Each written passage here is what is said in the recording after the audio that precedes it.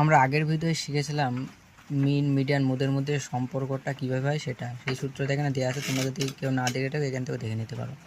তো আজকে আমরা দেখবো একটা নতুন, যখন টেবিল দেওয়া থাকে, যখন কোনো অঙ্ক সংখ্যা দেওয়া আছে যেরকম 0, 1, 2, 3, 4, 8 এরম পরপর দেওয়া আছে, এবার 7টের সংখ্যা দেওয়া আছে, তাহলে কি প্রথম 0খানা যে ঘর আছে তার মধ্যে 6 জন আছে, তারপর 5 জন আছে, 4 জন আছে, 3 জন আছে, 2 জন, এইভাবে দেওয়া থাকলে গড় কীভাবে বের করতে হয়?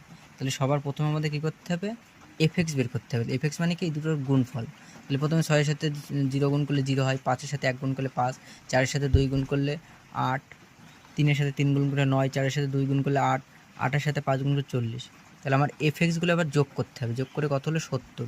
এবার এই এফএক্সকে এফ দিয়ে ভাগ করলেই সেই গড় পাওয়া যাবে এগুলো, ঠিক আছে? তাহলে এফএক্স আমার কত? 70 পেলাম, আর এফগুলো যোগ করে আমি পাচ্ছি 25।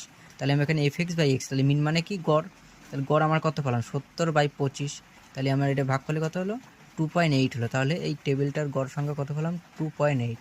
তাহলে বোঝা গেল টেবিলের গড় কীভাবে বের করতে হয়। প্রথমে এফ আর এক্স দেওয়া থাকলে দুটো গুণ করে এফএক্স বের করতে হবে, তারপরে এফ দিয়ে ভাগ করে দিতে। এফ মানে কি? ফ্রিকোয়েন্সি, মানে কত ছাত্র আছে সেখানে, আর এক্স মানে কত অঙ্ক, ঠিক আছে? তো দেখা হচ্ছে আবার পরের ভিডিওতে।